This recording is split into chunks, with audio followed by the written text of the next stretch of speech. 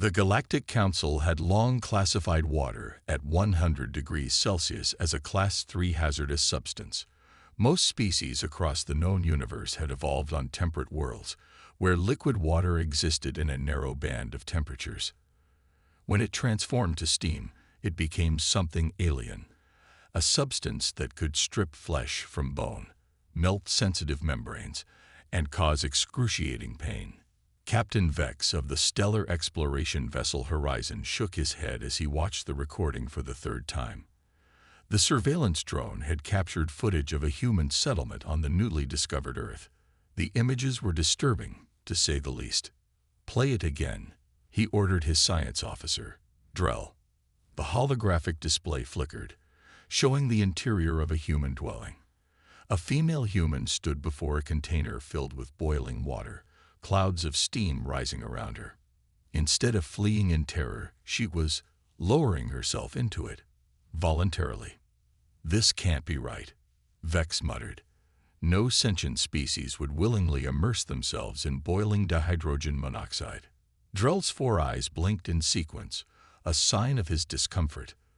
"The sensors confirm it, Captain. The water temperature is 42 degrees Celsius, not quite boiling, but hot enough to cause severe damage to most species. And they're enjoying it." Vex's voice rose in disbelief. "All physiological signs indicate pleasure, not pain. Decreased stress hormones, muscle relaxation, increased endorphin release." Vex's pale blue skin darkened with concern. "The Council must be informed immediately. If humans can withstand these temperatures, they're either more resilient than we thought, or there's something else entirely."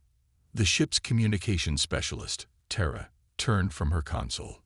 "Captain, we're receiving a transmission from Earth. They're requesting diplomatic relations."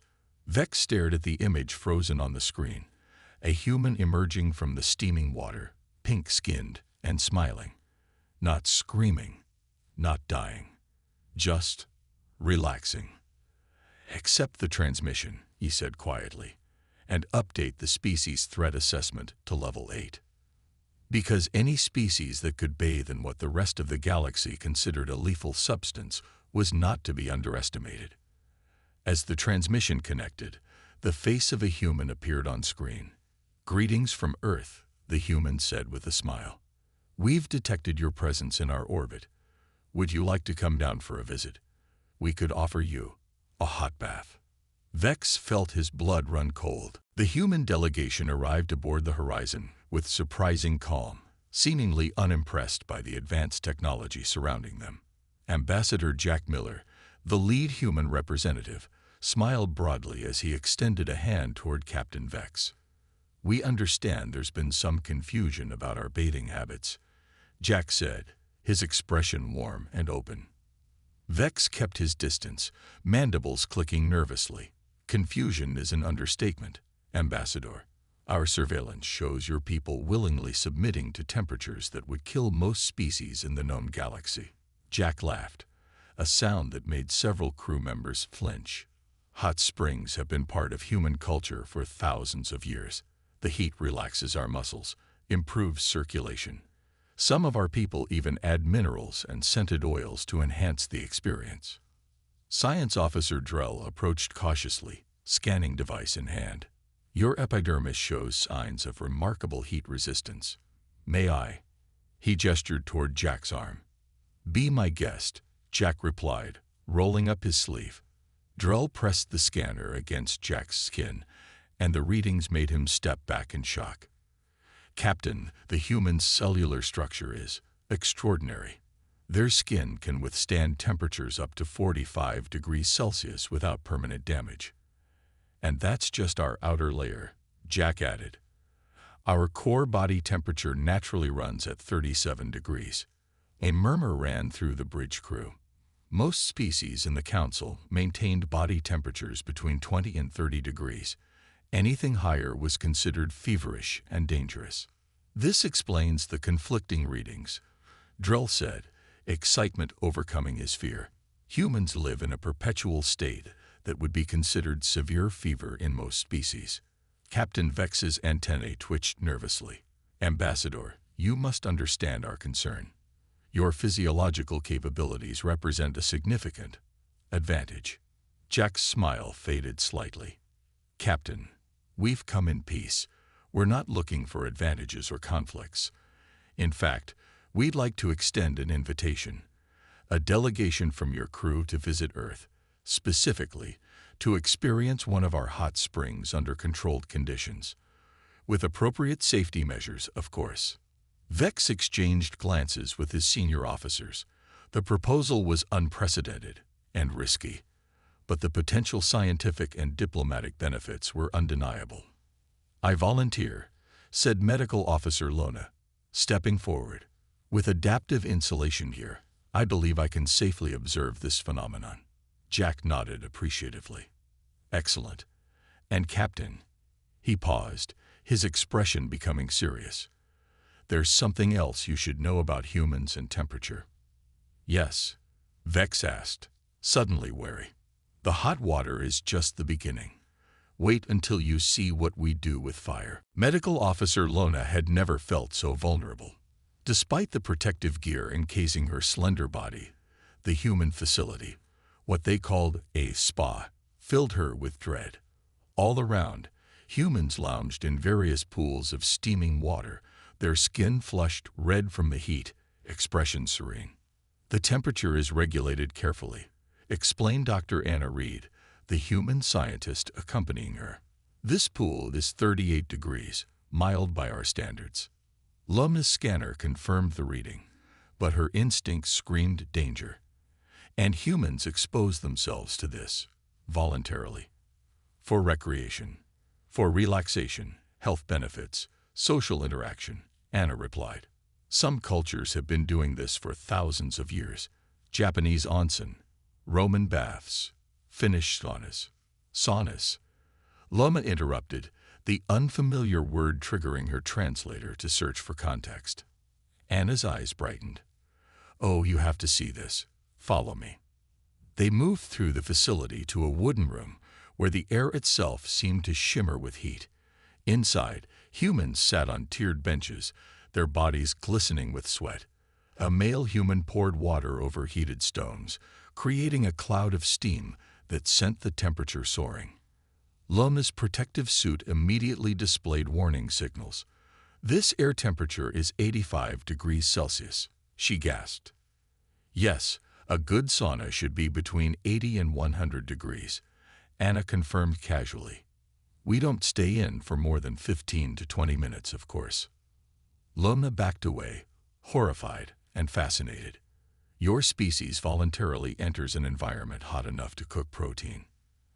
And then, Anna continued with a hint of mischief. Some cultures follow it with a plunge into ice-cold water or snow.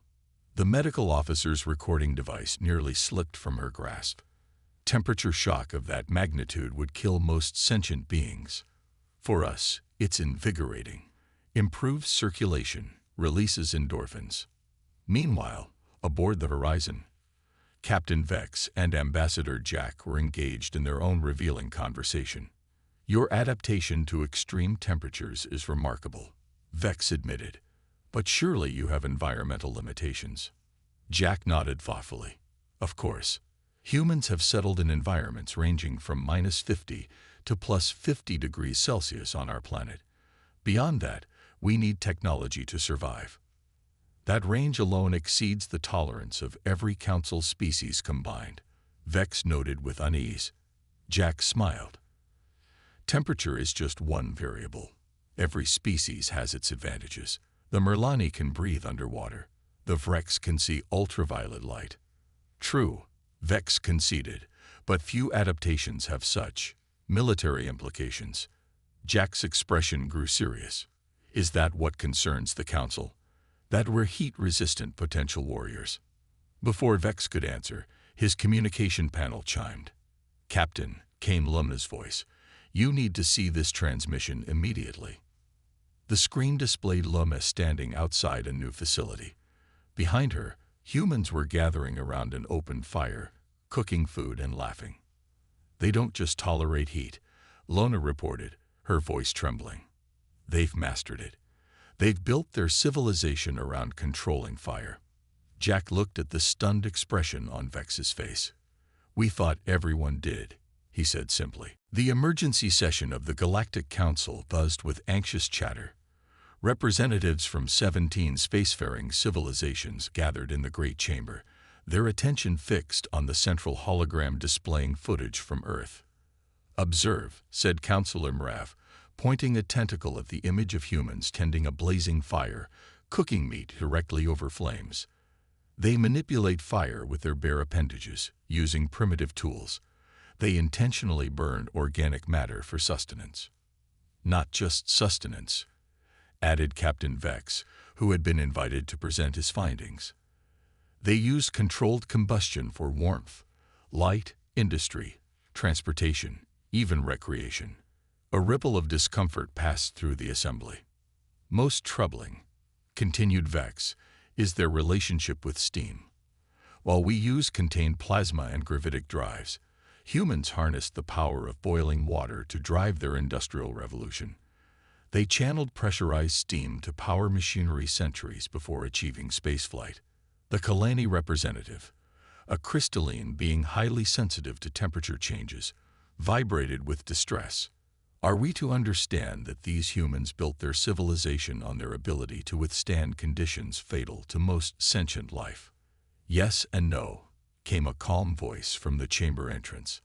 All eyes turned to see Ambassador Jack and Dr. Anna entering alongside Medical Officer Lona. The council had not expected the humans to attend this session. "With respect, counselors," Jack continued, walking confidently to the center of the chamber, "humanity's relationship with heat is more complex than you suggest." Anna activated a small device, projecting her own hologram alongside the council's. It showed humans in various settings: firefighters rushing into burning buildings, rescue workers in hazmat suits, scientists handling molten metal. "We aren't immune to extreme temperatures," she explained. "Fire burns us. Boiling water scalds us. We've simply learned to respect these forces while harnessing their potential." "Then explain this," demanded Councillor Mrav, changing the display to show humans entering saunas. Jack smiled. "Controlled exposure. We can tolerate higher temperatures than many species, yes, but we've turned that tolerance into a cultural practice, one that tests our limits while providing health benefits." Loma stepped forward, surprising the council. "I've analyzed the human physiology extensively. Their heat resistance is impressive but not unlimited. What's remarkable is their adaptability, their willingness to push boundaries." "That," Vex interjected, "is precisely what concerns us." Anna nodded understanding. "You fear that species who bathe in boiling water might have similar comfort with other extremes. History provides evidence for this concern," Jack acknowledged. "Humans have waged war using fire, from ancient flaming arrows to terrible weapons that generated heat equivalent to small stars." The chamber fell silent. "But that same history taught us the consequences of unchecked power," he continued. "We offer the council complete transparency. Visit our world. Study our relationship with heat and fire. Judge us by our actions, not our capabilities." Councillor Mrav's upper appendages wavered thoughtfully. "A test period, perhaps, under strict observation." Jack bowed slightly. "We welcome it. And in exchange, perhaps we might learn from your species' unique adaptations. The galaxy holds environments humans cannot easily tolerate: crushing pressures, toxic atmospheres, radiation levels that would kill us instantly." For the first time, the council members seemed to relax slightly. The acknowledgement of human limitations offered reassurance.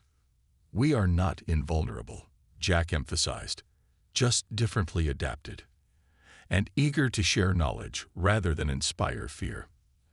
As the council deliberated, Vex moved closer to Lona. "You've spent the most time with them," he whispered. "Do you believe they're being truthful?" Lona considered the question carefully. "I believe they're showing us what they want us to see," she replied. "But I also believe there's more to learn about their resilience, their resourcefulness, and their surprising capacity for diplomacy, and their capacity for war." Vex pressed. Luna watched as Jack and Anna calmly answered the council's questions, their composure unwavering. "Like fire itself," she said quietly, "I suspect that depends entirely on how they're treated." The integration program began cautiously. 17 human representatives were distributed among the council worlds, while council observers established a permanent research station on Earth. Their mission: cultural exchange with an emphasis on understanding environmental adaptations.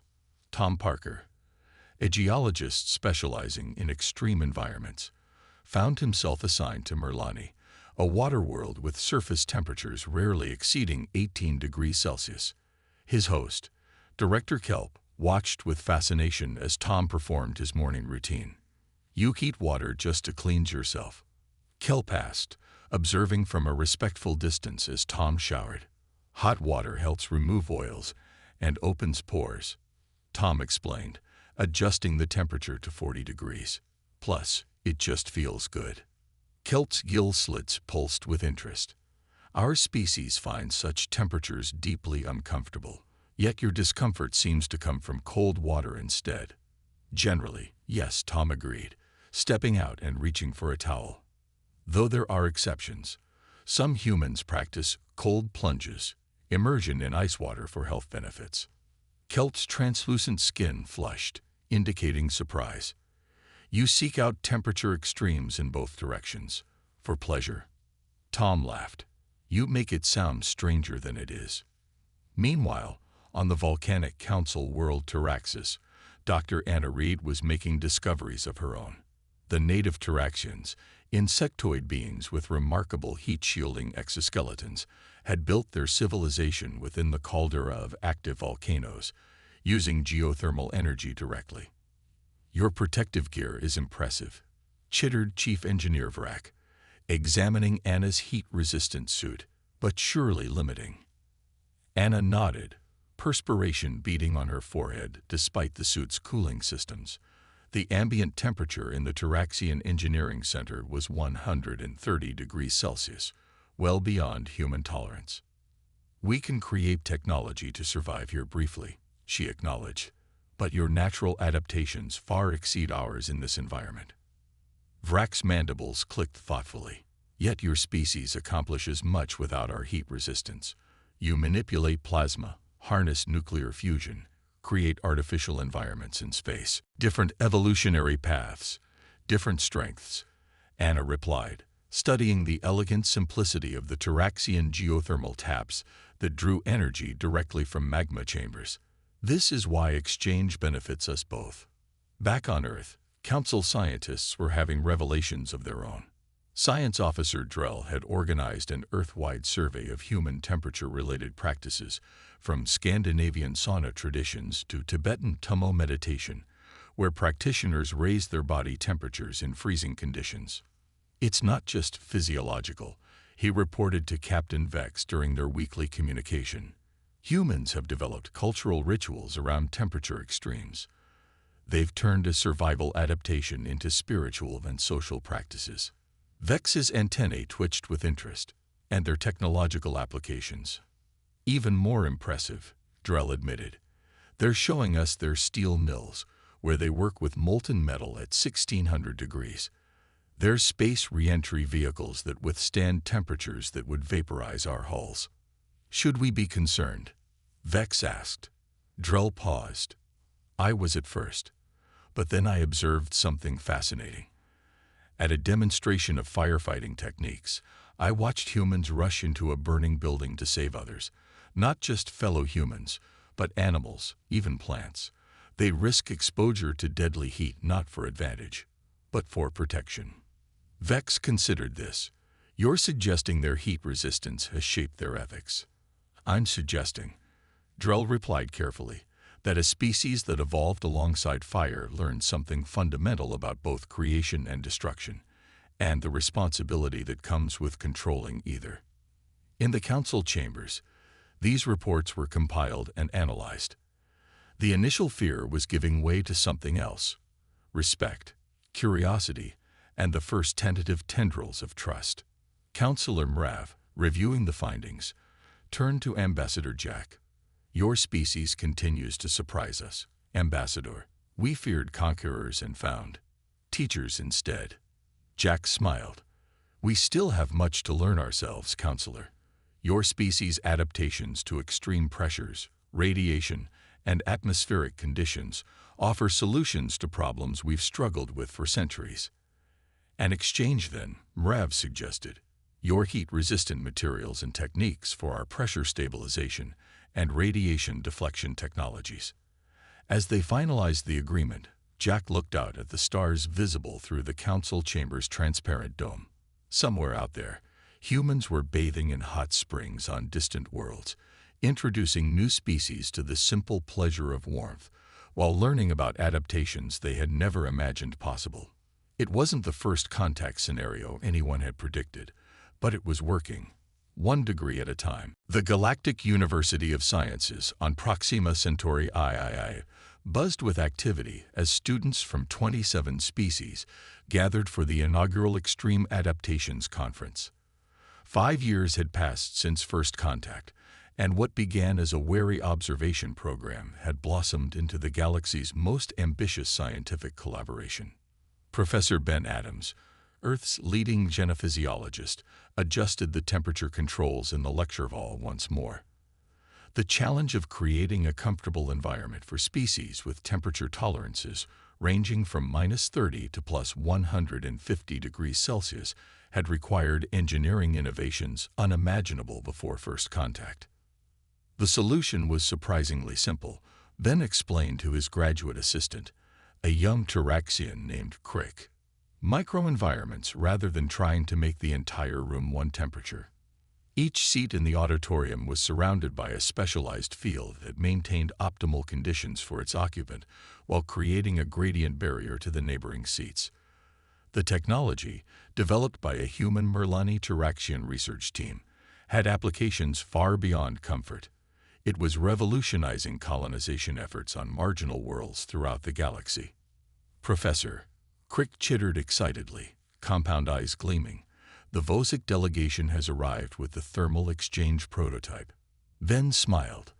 The Vosic, crystalline beings who thrived in extreme cold, had been initially the most fearful of humans. Their homeworld never exceeded 0 degrees Celsius, and they had considered worlds like Earth fundamentally uninhabitable death traps. Now they were leading partners in developing technology to transfer heat energy between species with opposite needs. As the conference commenced, the main hall filled with representatives from across the council worlds. What had begun as a security concern, monitoring human temperature adaptations, had evolved into something far more profound. A galaxy-wide reassessment of what adaptation itself meant. Captain Vex, now Admiral Vex, took the podium first. 5 years ago, my crew discovered a species that bathed in what we considered a deadly substance. We feared them. Today, I'm pleased to announce that the 13th Joint Human Council colony has been established on Rigel VI, a world previously considered too thermally unstable for settlement. Applause rippled through the hall, each species expressing appreciation in their own way. From the silent light pulses of the Vosic to the thunderous appendage stomping of the Krell. But the true breakthrough, Vex continued, came not from technology, but from perspective. Humans taught us that adaptation isn't merely about tolerance. It's about transformation. They didn't just survive heat. They reshaped it into art, culture, healing practices, and technology. In the front row, Ambassador Jack, now Council Integration Director Jack, nodded appreciatively. Beside him sat Dr. Anna Reed, whose pioneering work on heat exchange technology had earned her the Council's highest scientific honor. In turn, Vex acknowledged, gesturing toward the Merlani and Taraxian delegations, we have taught our human friends about thriving in pressures that would crush them and chemical environments that would poison them. Together, we have expanded the definition of habitable space by orders of magnitude. As the technical presentations began, Admiral Vex found a moment to speak privately with Jack. Did you ever imagine this outcome when we first observed humans bathing in hot water? Vex asked. Jack laughed. Honestly, I was just hoping you wouldn't quarantine our planet as a threat to galactic security." "We came close," Vex admitted. "The initial threat assessment classified humans as a potential invasive species. And now," Vex's antennae curved in the expression of deep satisfaction, "now we understand that the true measure of advancement isn't what conditions a species can tolerate, but what wisdom they bring to their adaptations. Humans have shown remarkable restraint with their capabilities." Jack's expression grew serious. "We learned that lesson the hard way, Admiral. Our history is filled with examples of technology outpacing wisdom, as is the history of many council species," Vex acknowledged. "Perhaps that shared experience is the true foundation of our alliance." Their conversation was interrupted by an excited commotion near the engineering exhibition. A joint team of human and Krell engineers was demonstrating a new environmental suit that allowed beings to temporarily withstand conditions far beyond their natural tolerances. The prototype, worn by a Vosic volunteer, was currently maintaining a comfortable -10 degrees Celsius environment, while immersed in a tank of water heated to 60 degrees. "5 years ago, we thought fire and boiling water defined human uniqueness," Vex observed. "Now I wonder if your true evolutionary advantage was something else entirely." "Oh," Jack raised an eyebrow. "What's that?"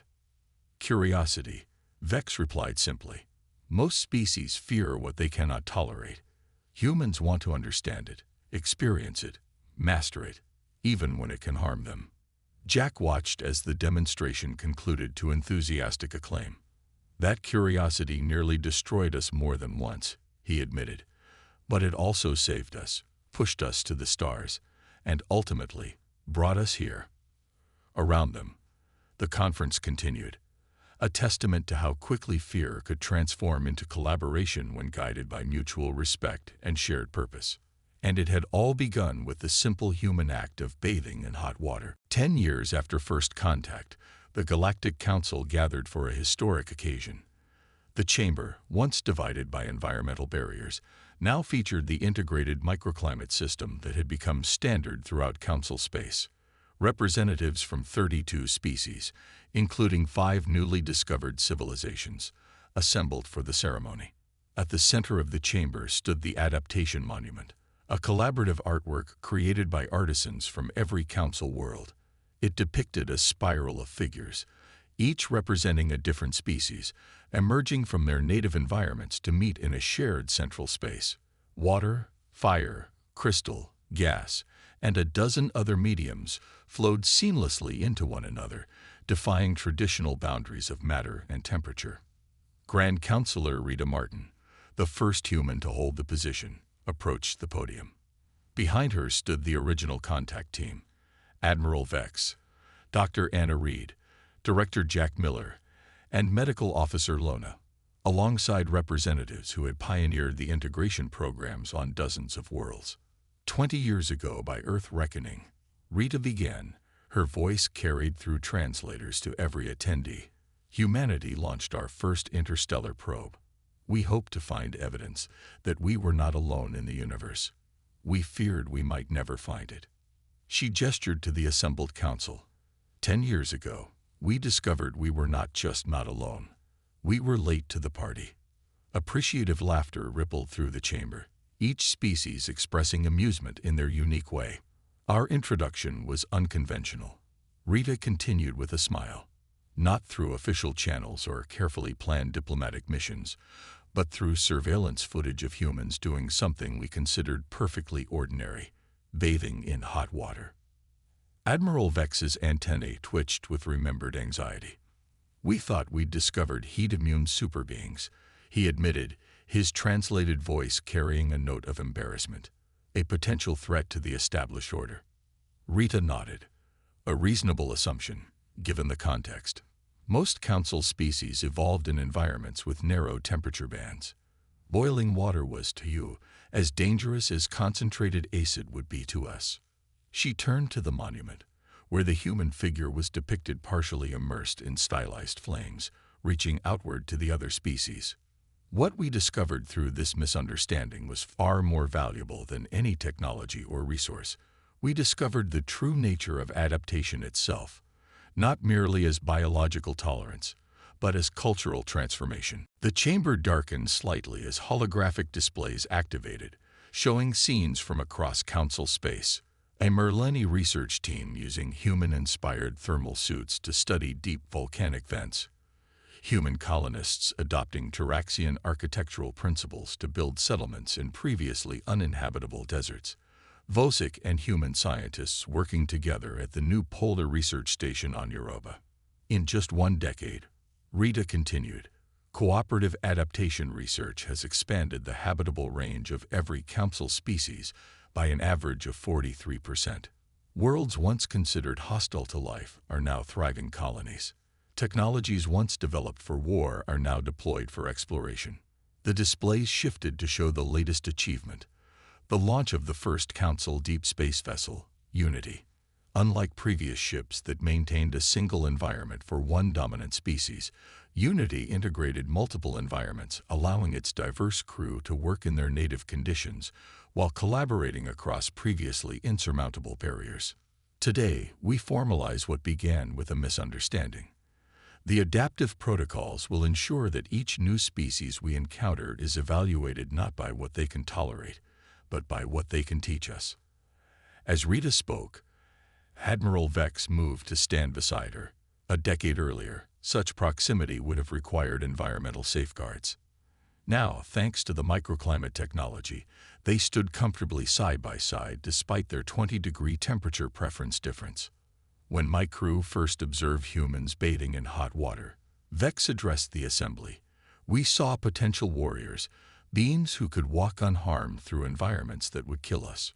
We were correct in our observation, but wrong in our interpretation. He turned to Rita, extending an appendage in the council gesture of profound respect. Humans taught us that true resilience comes not from individual tolerance, but from collective adaptation. Not from conquering environments, but from understanding them. Rita accepted the gesture, then turned to the assembly. The adaptation monument will stand here as a reminder that our differences, in biology, in culture, in perception, are not barriers but bridges. Each uniquely adapted species brings new possibility to our collective future. As the ceremony concluded, the original crew of the Horizon gathered in a private chamber for a more personal commemoration.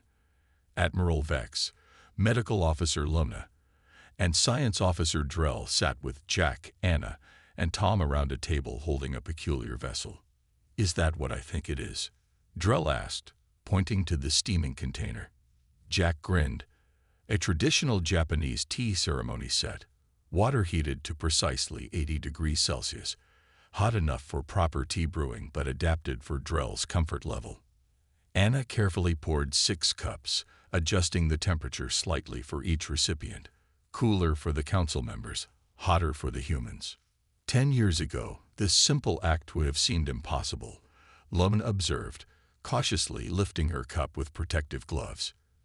Different species, sharing a beverage prepared with what we once classified as a hazardous substance. To adaptation, Tom proposed, raising his cup. And to misunderstandings that lead to understanding, added Vex. As they sipped their tea, each experiencing it differently, yet sharing the moment completely, beyond the council windows, the stars beckoned, no longer divided into your worlds and our worlds, but into a galaxy of possibilities, waiting to be explored by species who had learned that true adaptation wasn't about conquering environments or each other. It was about finding ways to exist together, across differences that once seemed insurmountable, one cup of hot water at a time.